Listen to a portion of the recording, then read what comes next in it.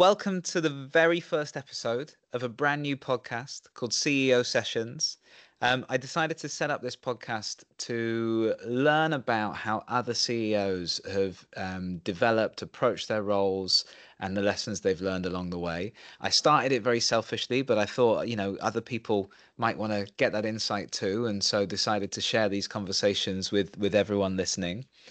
And I'm really pleased that as our first guest, Emma Banks of Remarketing has agreed to join us.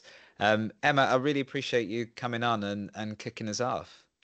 Well, it's great to be here, Tom. And let's hope as your first guest that I do you proud. I'm sure you will. I have no doubt whatsoever. So Emma, you and I talked a little bit about the concept of this podcast, and I shared a few thoughts with you about what we'd talk about, and the conversation's very open-ended. We'll take it wherever we sort of see fit, but it's really all about what the role of a CEO is, what great looks like, how people have learned to develop as CEOs, and I think sort of as we touched on before we started recording, my motivation behind it was that there's just not a huge amount of resource out there to support CEOs in their development, and I think a lot of them probably do want to get better at their job, and they have a disproportionate impact on the performance of their companies and therefore the happiness of their teams and their customers. And I think if we can help show people how others have approached the job, because there's not one way to do the chief exec role, I don't think. That'll be a good thing, and that'll hopefully provide some insight for people. So, really excited to dive into it with you. Um, I'm going to start with kind of an abstract question in some ways, I suppose. Obviously, the chief executive of a company leads the company, but that's going to mean very different things in every environment. So I'm really interested to hear your thoughts on what you actually see the role of the CEO as. Okay. So you know what I did in preparation for this, and maybe this is hilarious actually that I'm admitting it, but I asked ChatGPT to tell me what it thought the Okay. role of a CEO was, because I think that you're quite right. It must be there are probably some core principles of the role that are Yeah. the same across all types and sizes of businesses. But I suspect that's where it ends, and then it becomes quite unique to the business that you're Yes. running. We are relatively small, sort of 75, 80 people, and we're private equity backed. So that probably creates a sort of context, I guess. But Hmm. anyway, ChatGPT was quite helpful, and I didn't disagree with what it said, so I'll tell you. Okay. So strategic planning, which of course you'd expect that, leadership, decision making, communication, looking after operations, financially being responsible, culture, risk management, managing stakeholders. And the one thing that was missing, and because we're a smaller business, is the client relationships. So Okay. making sure that they are a big part of my role particularly. But then I thought, okay, but what does that actually mean? So Mm, what does that actually mean? Because I agree with all of that. That's exactly what a CEO should be doing in any business in varying degrees, depending on size and scale. yeah. Um, but for me, I suppose it means setting the best example I can, Okay. being present, and it's hard in our hybrid workforce. We've got a workforce that's all over the world. We have a headquarters in Newcastle, and that's where a bulk of people are. But Yes. we work remotely, we work in a hybrid way. So I have to find a way to be present in ways that isn't just physically being in an office. This idea of balancing direction and listening to the amazing people around me. And I am very fortunate that I have incredible people around me, Mm, not least the chair of our board, who has been an incredible coach and mentor for me through the period of what's probably been just over 2 years with North Edge, right. but also the wider team who all have skill and experience and things to offer. So it's having to get that balance right. I mentioned the clients already. Yes. Really, really important. I'm sure you know that as well. That client contact is absolutely essential, keeps you at the coalface and keeps you present and current, I suppose. Mm, Um, Setting an example around the values. Um, okay. Yeah. we have four. One of them is be canny because we're from the northeast. Yeah. Yeah. Um, and I think that it's a really important role of a CEO to be an exemplar of those things. You're not the only one responsible for it, clearly, but it's No. important. Um, and relationships that are wider and deeper than we probably think. So we're very clear that in our business, because we're relatively small, we don't Mm. have an ivory tower. We are Yes. not C-levels sitting in a huge boardroom. I always think back to, have you seen the film Barbie? Have you seen Yes, it? I've seen bits Do of you it. know, Yeah. near the beginning, there's a big boardroom scene with Will Ferrell at the end. Yeah. Someone comes in the front and whispers to one of the people at one end of the boardroom table, and then it goes round the table. That is not what we're doing here. So I think it's those relationships with your team, with your stakeholders, your clients, your suppliers, and so on. That's important. And then, and I suppose ultimately setting the best leadership example I can, Mm. but also staying true to who I am. So not trying to be something that I'm not, but being very aware of the influence I have, and in as much as the words that come out of my mouth or the Right. things I write are all going to be scrutinized, and lines are going to be read between, and it's, Yes. so I think I take that responsibility seriously, or very seriously.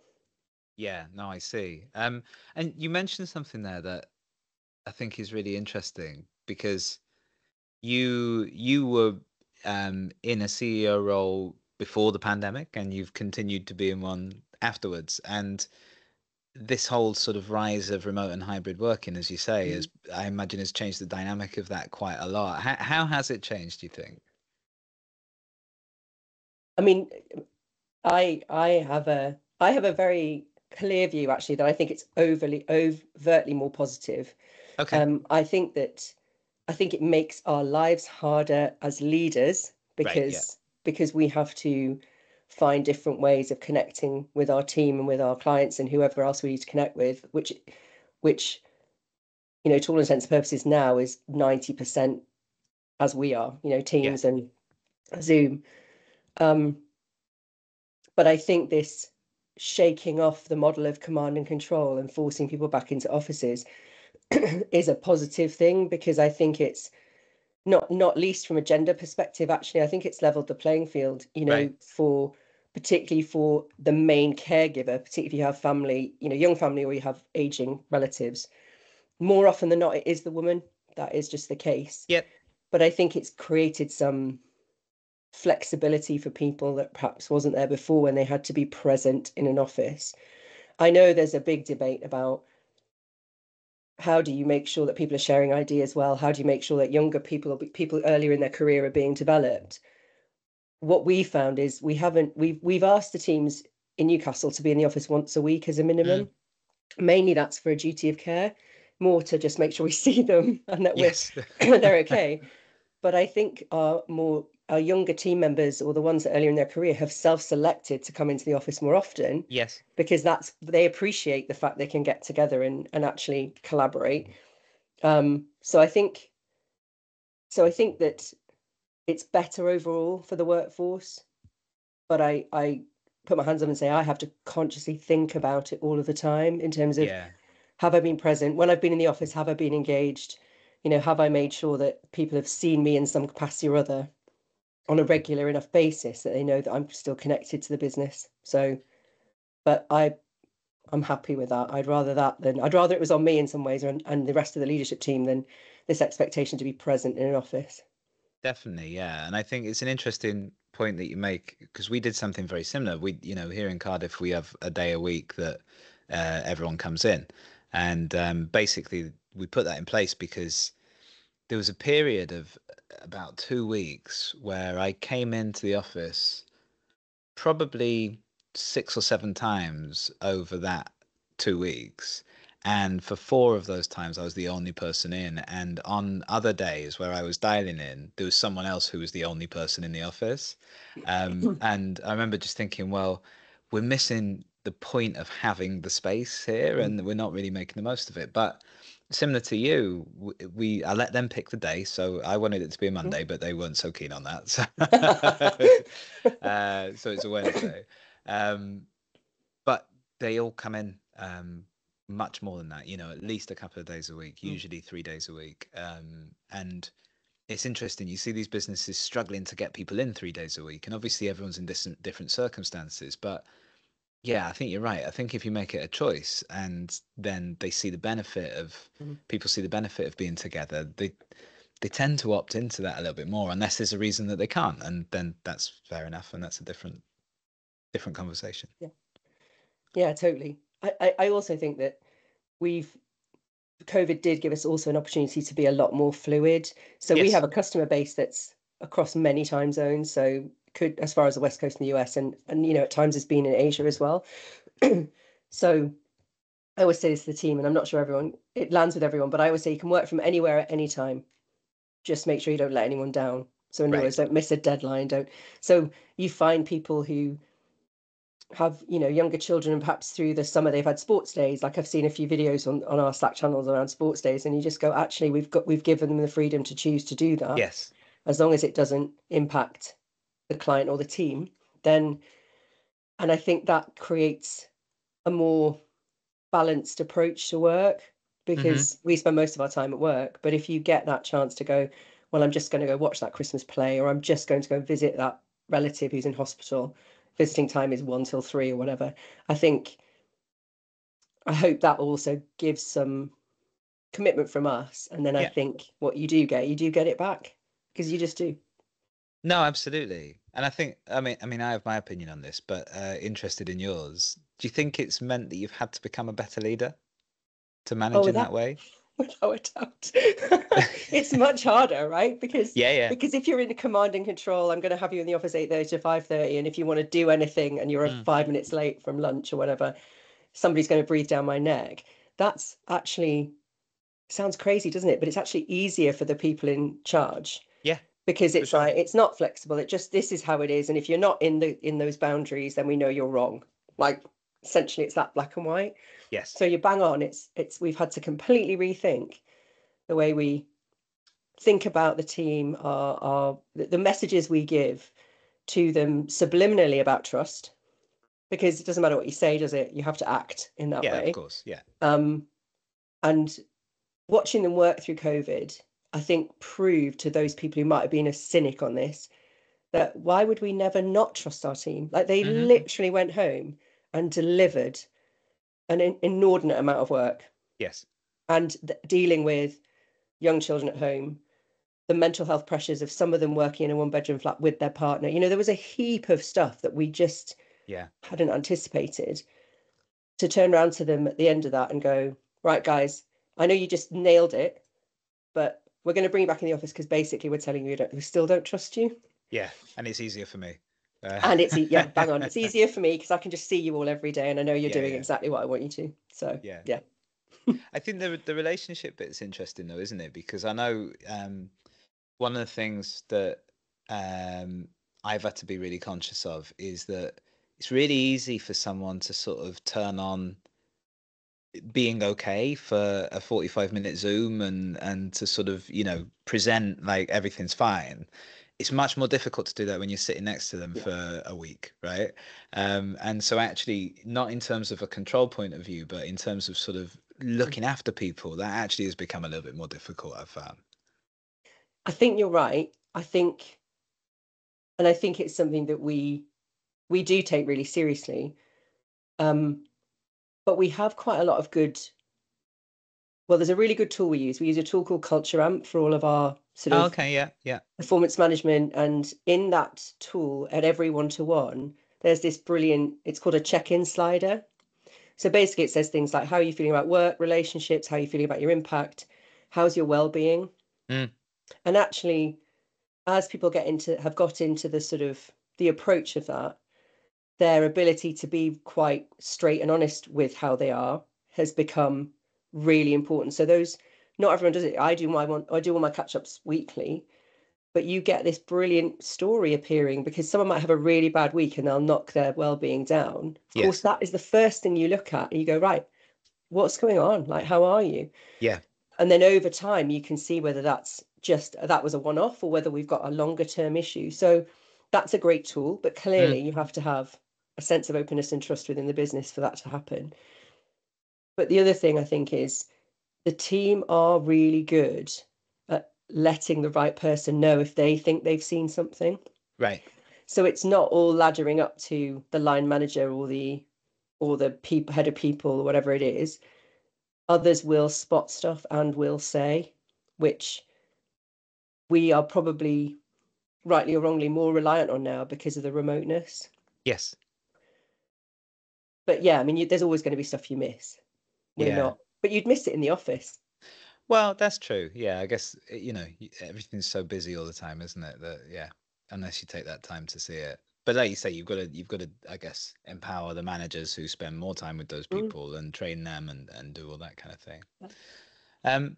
So I guess moving on from that sort of definition of what the role is, what do you think really great performance in that role looks like? Either for you or like people that you've seen that are brilliant at it, or whatever the context of that. Well, I mean, the obvious answer is you have to deliver the plan. Yep. Because and I'm, sitting now private equity backed and looking at, how that cycle works. That is a big focus. And you don't deliver it in a linear fashion, and it goes up and down, and we might go backwards and then forwards. So there's that, right? Yes.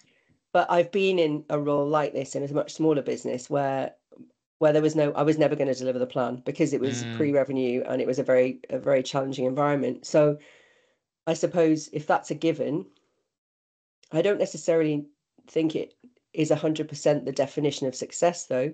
I Yeah. think ultimately it comes down to have you built a great team around you? Have you got people you can speak to who are going to give you good counsel, regardless of whether they're above you, alongside you, or below you? Yes. How good are you at listening to people? And I'm the first to put my hand up and go, I love to chat.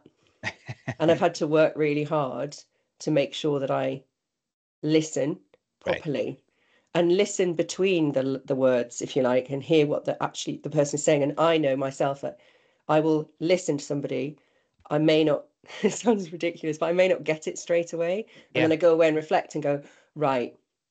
I think that you have to be prepared to learn. You have to be prepared to Yes. learn from your own mistakes and also listening to the people. And I think I've become better, loads better, at asking for feedback and receiving it. And I don't know whether that's, I mean, I've had various bits of leadership training through my life, if you like. So I did Vistage for 5 years, which was Oh, okay. phenomenal. Like, Yeah. I loved it.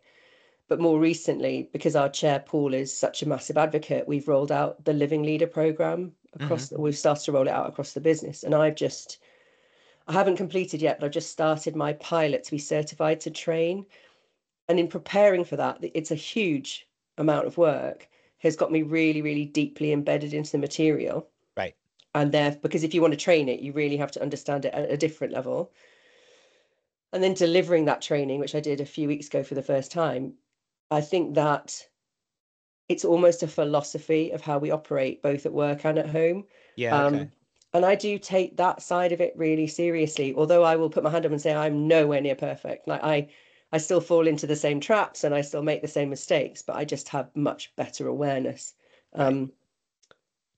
But again, I think this is about developing other people and building super relationships and having a clear strategic direction. Yes. And even when things go wrong, you'd be glad I just stopped myself swearing then. Even when You can swear if you want. It's okay, fine. will you just have to mark this as explicit at the end of it? Yeah. That has Yeah. happened to me before. Yeah. So when things go wrong, it's how what happens? Yeah. Do we all lose our heads? Do all those really awful characteristics suddenly re-emerge? Just do I suddenly turn into this awful dictator? I mean, sometimes obviously you have to be a bit more tell, but do we stay calm? Do we actually work together to try and push forward? And I think that's really important. And particularly over the last, probably 4 years through COVID and the falling out of that, and how hard the pharma industry has been hit by coming out of COVID. We've had to dig in and be resilient and work out what the next step is. And I think for me, that's really that's success. Yes. That transcends the plan in some ways, because things work and they don't. No, absolutely. And I think this is it. It's, it's kind of different if you're running a big public company, right? And then Sure, the of course. market decides what is successful and what's not. And, Sure. you have some influence, but I guess it's It's true. limited. In a smaller business, even where you have sort of backers and investors and a Mm, board and that kind of stuff, yes, delivering the numbers is critical. But I think you've got to, as you've just done, you've got to sort of define what success is, right? Because mm, delivering the number is just the result. It's not the sort of no. the method. It's not the thing that gets you. It's the score that tells you if what you're doing is working. Yeah. Um, but there are other criteria for success, right? And I think in a company, I don't know about sort of the makeup of your clients and things like that, but in a company of your size, if you lost a couple of accounts, major accounts, Mm, for reasons that were not anything to do with what you'd done, that's going to have an impact on the numbers, isn't it? And, massive. Yeah. that doesn't mean it's been unsuccessful. It's just, what are we doing? As you say, what are we doing in response to that? So I think, yeah, I struggled with that for a long time, actually, because I'd been a sales director for years and years and years and years before I started this business. And so you always had your number. And Yeah. that was kind of, yes, there was other stuff, but that was really what it was about when you're a sales director, is, are you delivering that number? And suddenly there was no one to tell me what that number was. And it wasn't the only thing that was important either. So yeah, I think it's an interesting situation to find yourself in. I liked what you said about listening. It's it's one of the more challenging parts, I think, in that, I don't know about you, but I always find I've got so much on my mind that actually, even for a few minutes, just stopping, being present and really engaging without something else running through your head, or without you thinking about, right, I've got to be here in 10 minutes, or actually I've got to reply to that email, or this kind of stuff, can be really difficult, right? Yeah. I mean, it's, I mean, I probably need things stuck all over the wall in my office that just say, Yeah, remember to listen. I mean, it's ridiculous, really, isn't it? yeah. But you're right. I think that's one of the biggest challenges in this particular role, or in a very senior role in a business, is that you are spinning a lot of plates, Mm, and you have to work out the best way to manage your own workload and also be present when people need you to be present. yes. Um, and I think, you know, again, through this living leader training, because I think Vistage had a big impact on me. There were lots of really amazing things that came out of that for me. But this living leader training has taken it to another level in terms of it's the whole premise is, here's a heap of models. And actually, if you join them all together by you take as an individual responsibility for everything, and you have 100% choice in terms Yeah. of what you do. If you remember that, then every day I have choices to make. And so I have awareness now that sometimes the choice I need to make is to ensure I'm 100% present, or it is Right. to be more directing, or there's just all of this stuff that when you remind yourself, it's a bit like that thing I read to you before about create your thinking creates your reality. Yes. If I think negatively all the time, then I'm not that great an actress. People are going to know there's something going on, however much I try and put on the veneer. Equally, if I think positively and optimistically, then look what happened on Wednesday night. We got into the final of the Euros. I'm not saying that was me, but there is that. You've got to have that belief, I suppose. So yeah, listening's a hard one for Mm, a CEO, I think. uh, yes.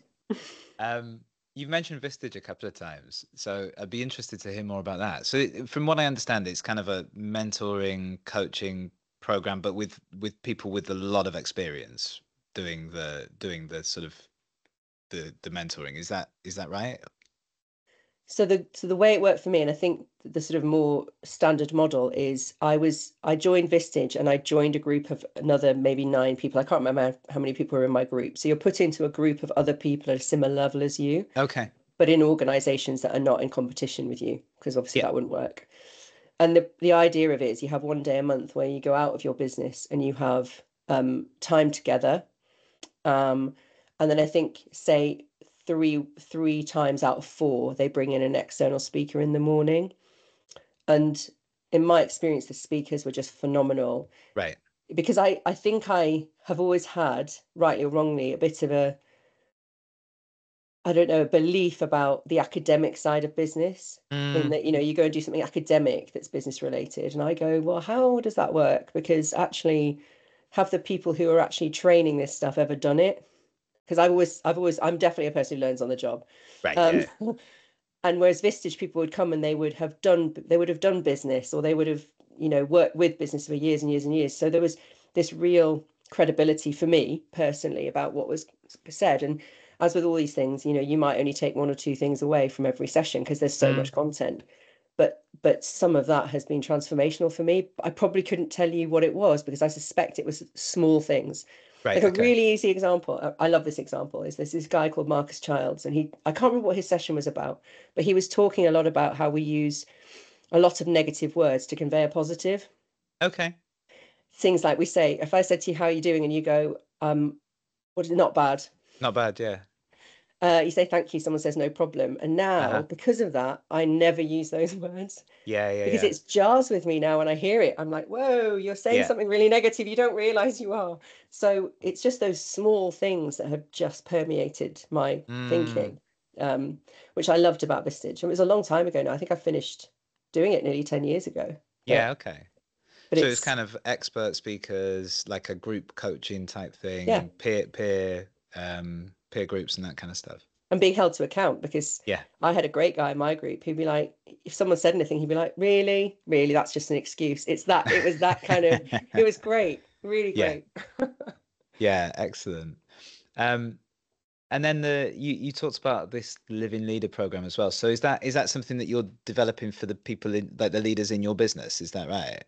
So the Living Leader program is a program. It's something run by an external Oh, okay. company Right. called the Living Leader.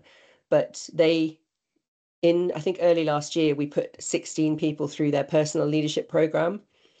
So we brought an external a trainer in and we did it, and it was amazing. And and I think that that we could have just continued to roll out Living Leader via that route across the business. But one, it's hugely expensive, but also there's a huge amount of credibility, I suppose, in some of the key senior people in our business being trained to train it, Yes. because you're almost saying, actually, we're embracing this, we're taking this on board and going, this is how we want to run this business, and now we're going to train everybody. So it's Paul again who encouraged us. It was myself and our head of people to do the sort of certified training program. So we started that in April, finished it in May, and then I think was it last week? Last week I did my first 2 days of my pilot, where you deliver the training to 8 people, live people, and your assessor sitting in the back of the room. And luckily we have an amazing assessor who's just so like engaged and warm. You never feel that you're being scrutinized, and it was phenomenal for me. I mean, it's really hard work. Right. My husband's a teacher, and I said to him, now I know what it feels like to be like Yeah. standing at the front of a classroom from 9 in the morning till 5 at night, whatever. But it was so good, and I think I have my third day with them in a few weeks. Yeah. Um, so they do a 2 day quite intensive first bit, and then they give everyone 3 weeks, and then we come back and we review. So the beauty of doing it internally, I think, is that now more and more people go through it, there's more and more collective accountability for Right. this is how we're actually going to lead, and helping people realize that leadership is not at the higher echelons of the business. It doesn't just Mm, sit mm, at mm. board and senior leadership team. It sits within everybody. So it's Yeah. phenomenal. And I think taking the time to really, when the pressure's not on in a situation, to really think about, well, what are our principles about Mm. how we're going to lead this business and that kind of thing. I think that's important, right? Because there's lots of different ways you could tackle issues and challenges and that kind of thing. Yeah, yeah, without a doubt. But I Yeah. think the beauty of all of this is it's lots of models that are quite old in some cases, Right. but haven't changed. Nothing's No. changed particularly because human beings haven't No. really changed in terms of Exactly. the way we're motivated and all that kind of thing. But they're just hung together in this with this brilliant narrative of responsibility and choice. Yeah. Okay. And because so often what we hear is from people, that's not my job, or that was somebody else's decision, or whatever. And we had this discussion as a group, and I said, imagine people complain about communication all the time, like it's the age old, it's not good enough. And I sit here going, oh my goodness, have I not done something right? But when Yeah. you look at it through another lens and go, if every one of us committed to communicating to the best of our ability, we probably wouldn't have a communication problem. Right. Yes, absolutely. So, I think it's just straightforward stuff like that, which we don't ever really challenge. We just assume. So yeah, Yeah. let's see what happens. We've got the rest of the business to get through it probably in the next 6 months or so. But No, it's interesting. I think, yeah, going and teaching that stuff really, it allows you to really bring it into yourself, doesn't it? And really, really embed it. And you said that, your general style is you learn on the job as much as anything else. So I mean, we've talked about leadership. We've talked about kind of the definition of the role and what great performance looks like and all that kind of thing. Talked about execution and delivery. If you look back at your development as a CEO and kind of the things that have been most important to that, some of it we might have talked about already, but are there sort of key lessons that you've learned that have been particularly important to you, do you think? without a doubt. Um, um, it's really hard actually to think about it, because I could say I never had an ambition when I was, I don't know, coming out of my postdoc, which is essentially when I finished my education, Right. that I wanted to be a CEO. Like that was the Yeah. last thing on my mind, because at that point I then started to train as an acupuncturist. So I was going to Oh, be, okay. yeah, I was like ready to be sort of holistic and into health and all that kind of thing. Then had children, which Mm, slightly changes the focus because you need to earn a living. And yes. I think I feel anyway, a lot of my career progression has been serendipitous. Now, it's not just that, clearly, because you've got to have some kind of capability and aptitude for Yeah. the things that you're doing. But I never had a grand plan. Um, I think I've ended up working with and for people who've been brilliant and great Okay. and encouraging and given me opportunity, allowed me to challenge myself. And I think that I've just been a person who's been prepared to have a go, and I'm going to try that and let's see if I can do it. Ultimately, though, pre-remarketing, when I was at my previous company, there clearly is a drive in me to want to be in control of my own destiny. Now, Hmm. one way to do that is start your own business. Well, I am not an entrepreneur. I think that's a different set of skills, Right. and I'm in absolute awe of anyone who does it. Um, but I am definitely somebody who the only way to have control of my own destiny was probably get nearer the top. Um, Mm-mm. and I don't think I recognized that in myself probably until later when you go, actually, why, if someone said to me, what made you want to be a CEO? I'm like, I'm not sure it was the job title at all. It was probably Yes. just this desire to have some bigger influence. Um, and I think that I've worked with great people and I've worked with not so great people. And I think the lessons you learn from the people who aren't quite so good are better. Right. Okay. So, so when things have not been so great, you realize that those are the things you would never want to do, you would choose not to do. And that is what probably forms you. Whereas I suppose if you see somebody, well, I would use an example because it's happened to me earlier in my career, where you're consistently essentially being bullied at Mm, work, because it can happen. mm. Um, you can either choose to do the same, or you can choose to say, I'm never doing that, and I'm never Right. doing it to Yes. anyone. Yeah. I've had examples where I've been told, I'm going to give you this promotion, we're going to give you this pay rise. I'm like, great. And then I get the promotion and not the pay rise. And I always vowed I Okay. would never commit to giving anyone any more money unless it was nailed on. Like I Yeah. would Yeah. never Yeah. even do it to try and dangle the carrot, because it is so demotivating. So I think there's those silly examples, I Mm, suppose. But ultimately, as I've become more, I guess, comfortable in my own skin, what is really important to me is that I can be who I am, as much as you have to in a board meeting. There's perhaps a different way of handling things versus, if you were with a client.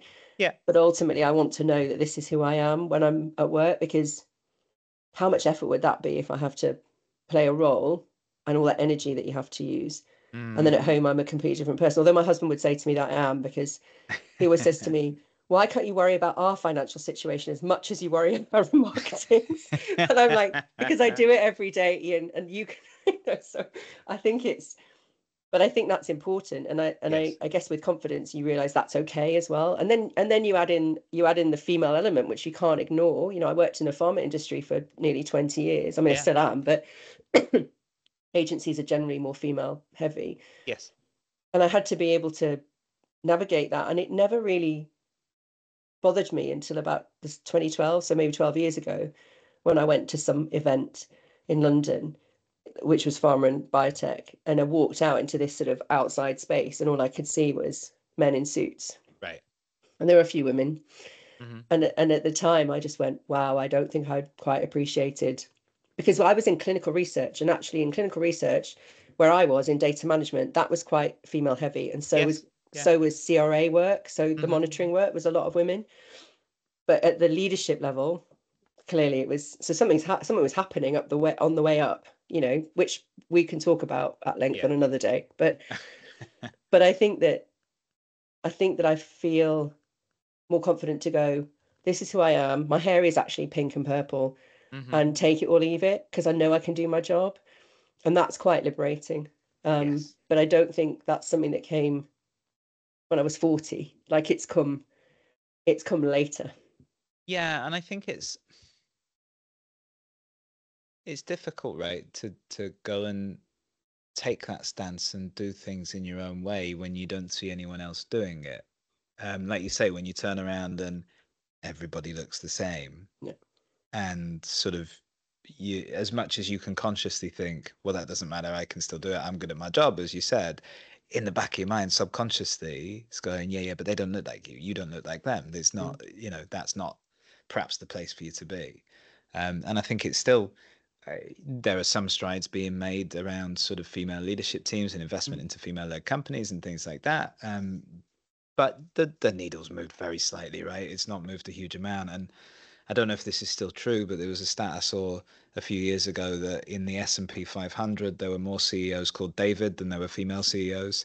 Uh, and it's that kind of thing. It's like, there is a lot of evidence to say that actually, and again, this is generalizing and stereotyping to an extent, but a lot of feminine qualities, or qualities you just particularly associate or mm, traditionally associate with women, are actually really effective in that top level leadership role, in terms of prioritization and compassion and mm, emotional intelligence and that kind of mm. thing. Um, was there anyone that you saw that sort of helped you to see yourself in that role, or was it just you doing it yourself? Like, how did you sort of navigate that? I mean, I met some incredible women and female Mm, leaders up through my career, but, and this is a big but now, there were also equally some female leaders who I would not want to have been right. like modeling. And there were just as many, and that was the time probably where women felt the only way to make it at the top was to act like a man. Okay. Um, I think though I had, and I'm really proud of this actually. I have had great male support as well. Mm, So I've had people around me who've been really, really encouraging of me regardless. So I haven't looked for the female role model. I just thought actually this person is a role model, and therefore this is a really great direction of travel. Um, that's I know that's not the same for everyone, and yeah. it depends on so many variables, doesn't it? Where are you working, what size of the business, who are the people you choose to engage with? There's just so much that will prevent a woman from progressing. I think the only time I've ever felt imposter syndrome from a gender point of view was when I was trying to raise money. Okay. Not this run with North Edge at all, but pre that, so my previous job, trying to raise money, it was more VC funding, and I would go in front of a panel of men, and then we wouldn't be successful. And after a while, you go, "Is this because I'm a woman?" Mm, Um, and that's really hard because mm, in my head, I'm like, I'm just as able. I just approach things a bit differently.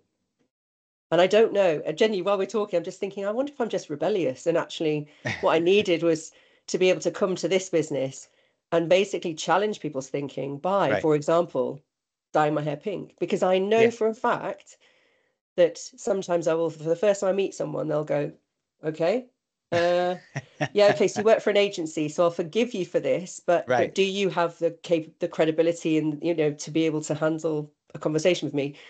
And then I know that when I open my mouth, within whatever a few minutes, that whole assumption has gone. But I don't Yes. know whether part of me is going, I'm going to challenge your thinking now because I'm properly in front of you going, I look Yeah. different.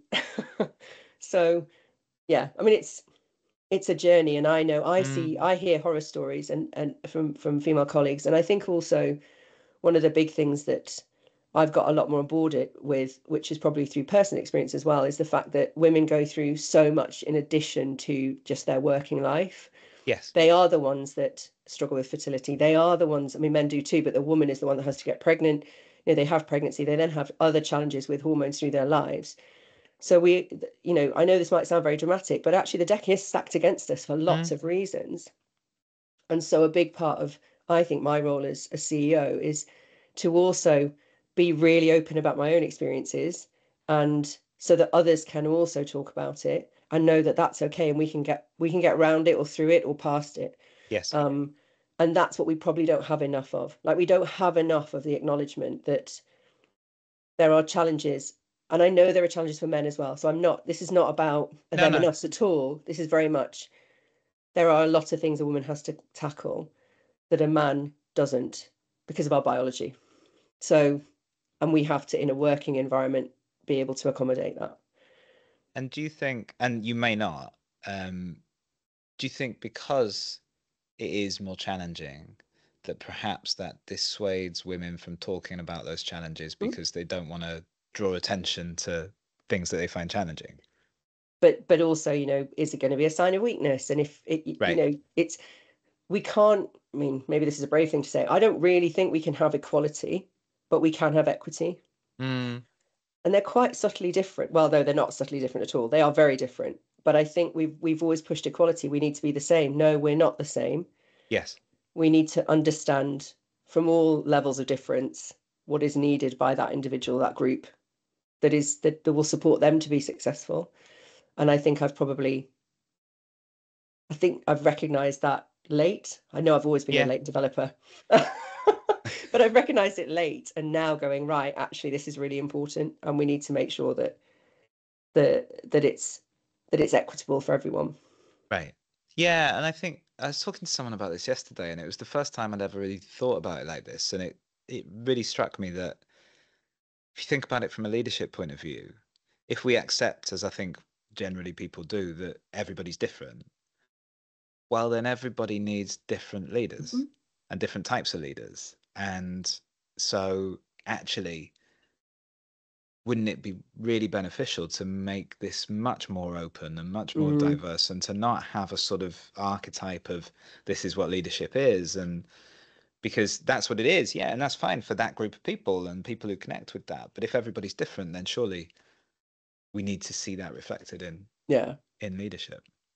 but I also think that what we have to do is probably the same, Yeah, but how we do it yeah, is then unique to us as individuals in leadership positions, but it also requires of us an incredible amount of adaptability and openness and appreciation of the fact that even within our business, I mean, this is well, actually, I'll use an example of a previous business. So I'm chatty, and I like to talk, I like to think out loud. So I will just hmm talk things through.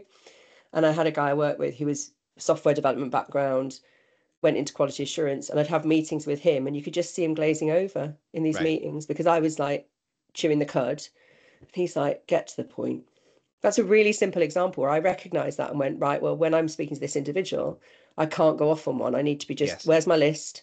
Let's be really clear about what we're talking about and then move on.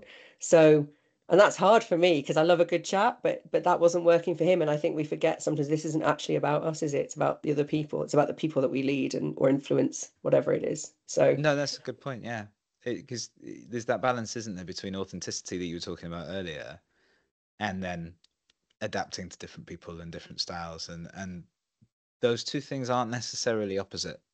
no, not at all. Yeah, interesting. Emma, I could dive into all of this. I think we're starting to run out of time, unfortunately. So I've got one last question for you. You used the word journey a few minutes ago, and I think that's a really appropriate word for sort of being a CEO because it's always a journey, right? And you never at the end of it, you've never accomplished it. And actually, sort of one of my beliefs is that if you're doing that job really well, you're always going to be moving into territory that you've never quite been in before, because you're making progress and you're moving forward, right? So I was interested on the journey that you're on. What's one important thing that you're still working on? Just one. I'll give you one sort of about me and one about the job I'm in now. So I Okay. guess from a job perspective, I've never done PE before.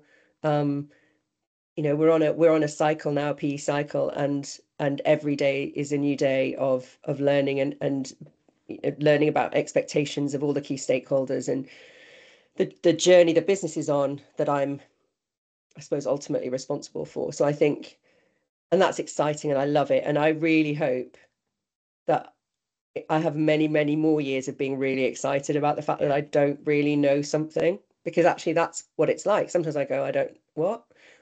We're going to do this. I'm like, okay, can someone tell me where we start? That would be great. And I'll figure out the rest. Yeah, Anyway, yeah, so there's that.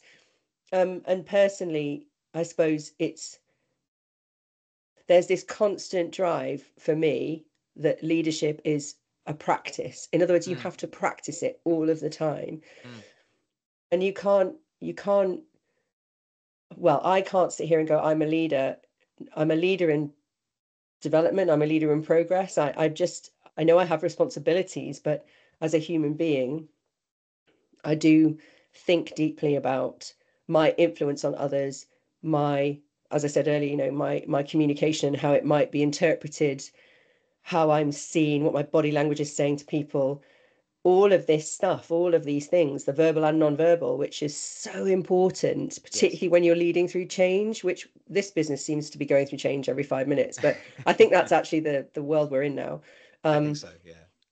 but I feel very conscious that I have to continue to be almost that rock. And I don't mean that in a dramatic, it's all about me way, but I just feel very personally responsible for being Mm, consistent and clear and straight and honest with people. And that is always a work in progress, because you are constantly hit up against things where you go, what's the right thing to do versus how scared am I? yeah. And there's the conflict. So I think that probably encompasses everything in terms of a work in progress. Yeah, that makes sense. As I say, look, there's loads of this that I'd love to talk more about, but I think we've come up to time. So, uh, thank you. It's been an absolute pleasure. Well, thank you for inviting me, Tom, and hopefully, as your first guest, it's worth it. I think 100%. Thanks so I much, Emma. appreciate that. All right.